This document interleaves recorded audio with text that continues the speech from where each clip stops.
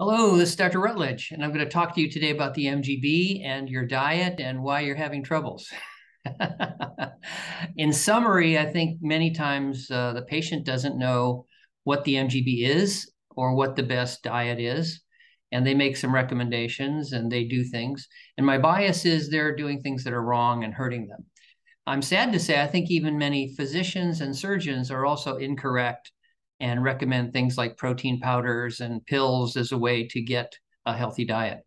And so I'm going to talk about that a little bit, and I hope you'll apologize if I'm somewhat critical of your doctor and your decisions, but of course, don't listen to me. This is not intended to be a diagnosis or treatment. You need to go through your doctor, but I hope I will give you some things that you can talk to your doctor about and some things I hope you'll find interesting. And again, I encourage you to call me anytime, day or night. If I'm available, I'll talk to you, and there's no charge. So call me if you want to talk about your particular MGB problem.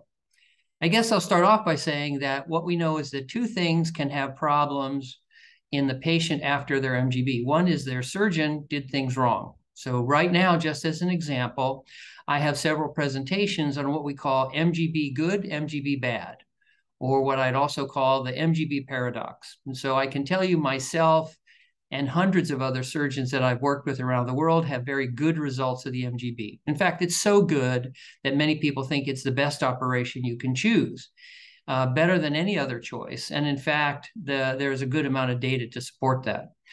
And just recently, the United States, after 25 years of disagreeing with me, has agreed the MGB is a good operation. So better late than never. The other thing, though, is there have been some tragically bad outcomes from MGB. And I'll just give you two examples. Something called the Y Omega trial in France by a bunch of Parisian doctors led to terrible outcomes in very many ways. And of course, they never talked to me or to a skilled MGB bariatric surgeon, and they had terrible outcomes.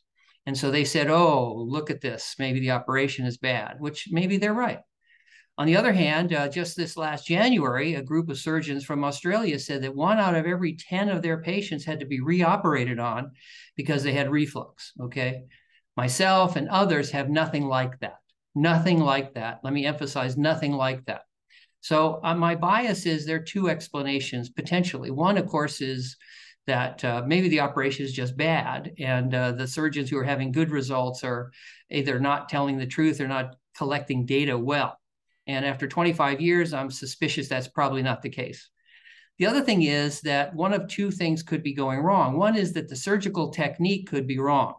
And that's my bias. I think there's a lot of surgeons and they demonstrate their videos online. You can just look at it and it's not done the way I recommend it. And that's okay. They have that right. But my bias is that surgical errors, surgical technique differences from my MGB can result in bad outcomes. And so I would guess that the Australian surgeons and the Parisian surgeons probably were not skilled at MGB, thought they were very smart as Roux-en-Y surgeons, and went ahead and did bad MGBs. That's my conclusion, because their results are nothing like the surgeons who trained with me. The other possibility is the patient and the physician and the nutritionist after the MGB may not know what to do. They may make bad decisions, may give bad advice. And I think that's what I'm going to talk about today. I'm going to talk to you about what my advice is to my patients. Again, this is not meant to treat you. You need to talk to your doctor, but I thought you might be interested in hearing what my opinion is. And again, I encourage you to call me anytime if you want a more detailed explanation. But the beginning is, I would like to emphasize one more time. We see people have trouble with the MGB, and in many cases, my bias is it's a bad MGB. And we have publications and high quality publications of people with even death after MGB, whereas we have surgeons like myself with thousands of patients over the long term without having death after the MGB. So my bias is that I would think twice about who you select for your MGB surgeon. The next thing is most of the patients I talk to after their MGB don't understand it. They have been taught by their doctor, their nutritionist, what's going on with the MGB, and oftentimes I disagree with that. So I'm not saying I'm right, but I think I'm right. And so let's look at that. How does the MGB work? And this takes a few minutes to explain it. So It's not at all like the lap band or the sleeve or the Roux-en-Y. And that's why I feel like those surgeons, when they come over to the MGB, bring over the baggage of their understanding of their operation. And I think it's wrong. And so here's the MGB in my opinion. So number one is there, of course, is a decrease in the reservoir function of the stomach. And so what does that mean? There's a decrease in the reservoir function of the stomach. So the stomach allows an animal or a person to eat a few times a day. What I mean by that is if you create a dam in a river, it means you create this big lake behind it, and so you can fill it with water. Then you can allow the water to sit there and only allow it to come out in a small amount at a time. And that's what the stomach does for us. In addition, once it gets that large amount of food into this big stretchy stomach pouch, it allows it to sit there and undergo the beginnings and advancement in the digestion of food. And that's really important because there's a lot of parts of the food that are difficult to digest. It's not all water. And so what we do in the first place is we decrease the reservoir size. And so many surgeons will use the term restrictive, and that is partly true, but it's not at all restrictive like the sleeve and the band and the old vertical banded gastroplasty, and not at all like a Roux-en-Y. So let me explain that. Most people, most surgeons, and most patients would understand your esophagus is not very restrictive. Okay, in other words, you can swallow food and it'll go right through. Okay, if you swallow food into a sleeve, to a Roux-en-Y, or to a lap band pouch, that's not going right through. That's going to run into a roadblock. So it has physical obstruction. So it's restrictive. And it's restrictive in a way that causes basically a roadblock, okay? The MGB does not work that way. The MGB, in my opinion, works much better. And so it does restrict, but it just means that when the food is swallowed, it can go right through the esophagus. That's what normally happens to all of us. In addition, the gastric pouch in the MGB, when I created it, was nothing more than an extension of the esophagus. Many surgeons don't understand this even today. They're still confused about this. But there's an operation that's been done for more than 25, 50 years called the collis gastroplasty. And all that's designed to do is to be a non-obstructive extension of the esophagus when the stomach has been damaged and the esophagus has been shortened. So what I did when I created the MGB is I created a non-obstructive extension of the esophagus. There's no band. There's no sleeve with a blocked outlet. And there's no tiny little pouch like the Roux-en-Y. Every surgeon I talk to who's not a good Roux-en-Y, who's not a good MGB surgeon, is confused about this. And I'm disappointed at that. I can't get that across even after 25 years. But what that means is that you can eat normal bites, but after a period of time, even though it slides right through the stomach, it's going to go and drop into the small intestine. And the small intestine limits the amount of food you can put in, not like a roadblock, but by another mechanism. It causes a functional decrease in your ability to eat a volume of food. And we'll explain that later. So this is wildly different than the Roux-en-Y with its tiny little pouch. It's wildly different than the sleeve and the band and the old vertical banded gastroplasty. But in short, you can't eat as much. So that's one contribution. And in some ways, if you say it no more in detail than that, that's the MGB, and the other operations also interfere with eating, but they interfere like grabbing your esophagus like a fist and nothing can go through it. It causes a roadblock. The MGB is wide open, food can go through it, but then other things happen. So the decrease, the restriction is wildly different. And that's misunderstood, I think, by surgeons and I think by patients. And we'll use that later to talk about it. So number one is there is functional restriction in the amount you can eat. That's good. That's a good thing. So you can't eat as much. So you can't sit down and eat an entire turkey Thanksgiving dinner, for example. The next thing that happens is what we call the effects of the Billroth-2 gastrojejunectomy. Okay, so if you look this up, there's a guy named Theodore Billroth. Over 100 years ago, he invented this operation, and it's been in constant use since then. And it's one of the most well-studied operations. In studies in Japan, it's been shown to decrease diabetes, even without a long bypass. It decreases heart attack and stroke, and in all these areas, it's a very good operation. Now, if it's done badly, you can get reflux, but we'll talk about that a little bit later. But what we know about it is when we bypass some of the upper gut, the pancreas and the gallbladder, that when the food comes into this part of the small bowel without stopping at the dam in the stomach, when that food goes in, we get two things called dumping type 1 and dumping type 2. And so dumping type 2, I'll talk about first because it's easier to understand. And basically, when you dump a bunch of sugar into the small intestine, which is what happens with the MGB, the sugar goes up quickly, the pancreas releases a bunch of insulin, and then it plummets and makes you sick and nauseated, and you might even pass out or run off the road. So it's very dangerous to eat a lot of sugar and sweets with the MGB. That's not true of the sleeve, and it's not true of the lap band. And so that's why I think the sleeve has a high revision rate. If you look at 5 years out, I mean, lots of people are having their sleeves redone. Anyways, but so the MGB has an interference with you drinking a Coke, with you eating ice cream, with you eating candy. Good. Okay, that's good. And the second thing is dumping type 1 is a reaction to putting food in the gut. And the easiest way to explain that for dumping type 1 is if you put a dry sponge in water, it expands. And so when the food dumps directly without obstruction, without blockage into the small intestine after you swallow it, it goes into the small intestine, and because of osmotic pressure, water fluid is pulled into the gut and it expands and it hurts. And you can get nausea and vomiting. You feel like what we call a bowel obstruction. It can be terribly painful. And it can be so crippling, you'll run to the bathroom. Oftentimes you can't throw it up enough. And so you'll learn, like I say, a strict grandmother, don't eat too much too fast with the MGB.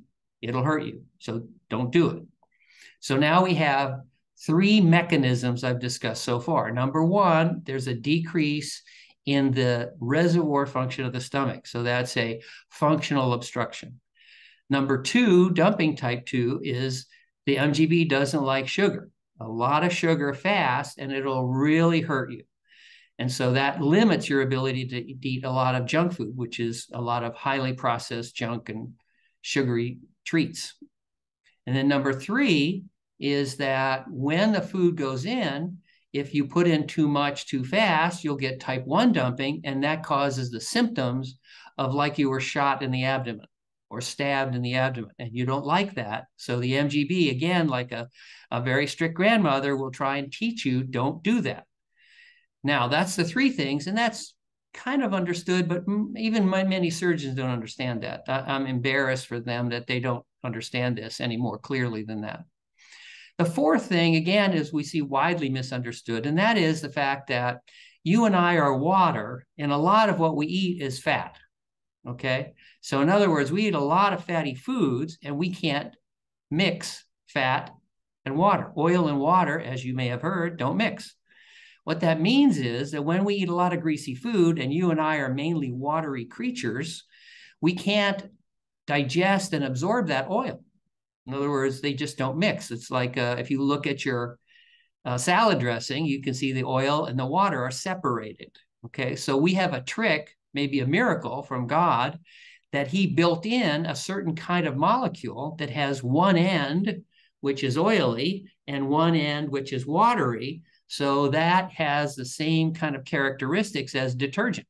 So it allows us then to mix our oily food with our watery cells, and we can bring it in through the lining of the gut. We have that molecule. It's called bile. Again, it's critical that we have bile, but we don't have bile where it's supposed to be. It's supposed to be mixed immediately as the food comes out of the stomach, and we don't do that. So by doing that, we interfere with the digestion and absorption of fat.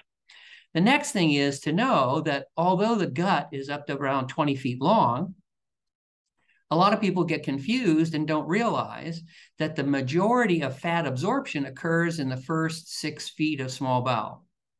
Now, I'm going to say that 3 times, and if you're any of a surgeon or a patient, that 6 feet number should sound familiar. So I'm going to say the first 6 feet of the small intestine is where the majority of fat absorption occurs.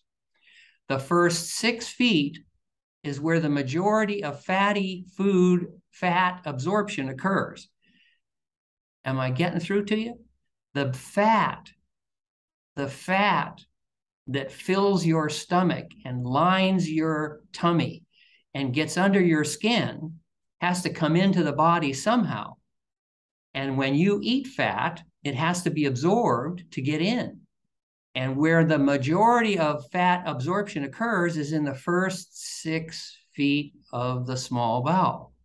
And where does Dr. Rutledge recommend you bypass for the MGB?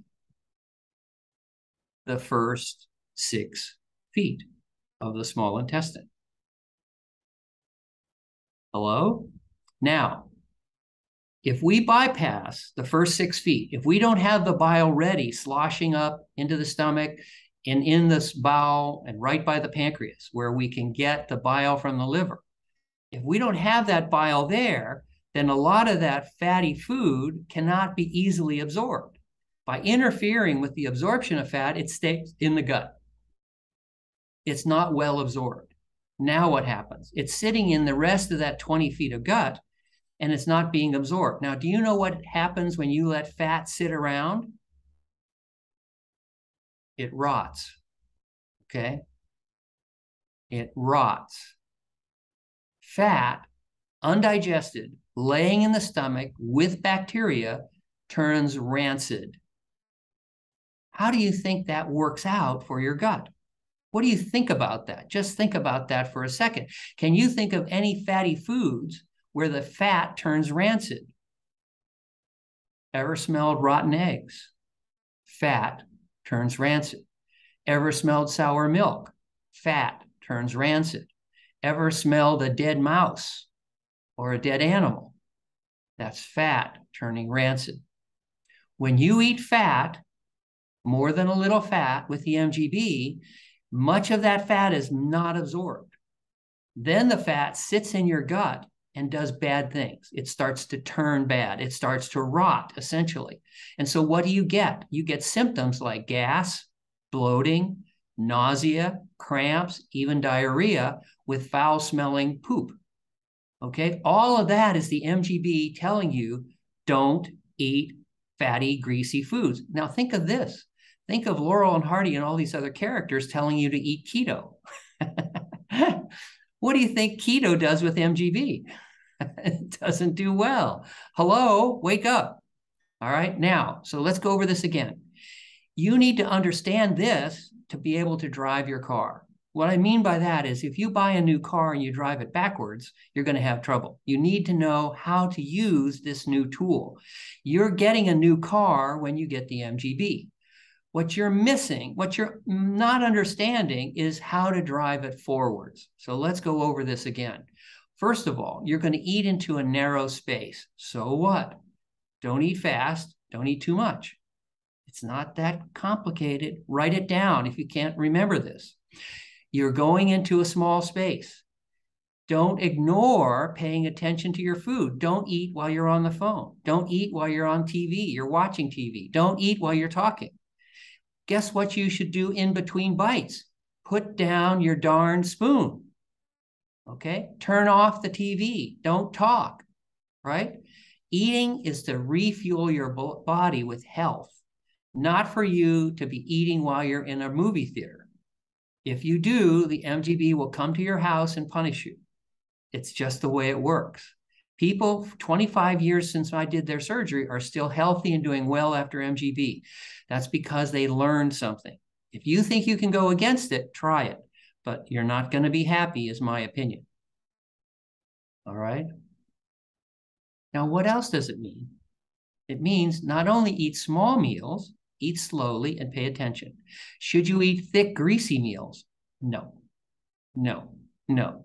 How do you think meat goes down? How do you think eggs go down? How do you think dairy goes down? How do you think Laurel and Hardy's suggestions that you drink protein powder go down? Not well. Not well. How about candy bars, protein bars, sugary treats, Coca-Cola?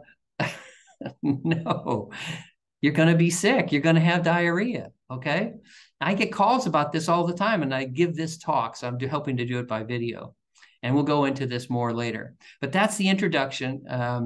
Please feel free to call me anytime. I'll try and put some numbers up and things like that. But that's just a brief introduction, try to give you some guidelines of how do you think you should eat if you knew that you're going to eat fatty food and was going to turn into a dead mouse inside your gut. You don't want that. How would you like to have sour milk in your gut sitting there, undigestible, unabsorbable? You don't want that. Okay. All right. Good talking with you, and we'll be back together again soon.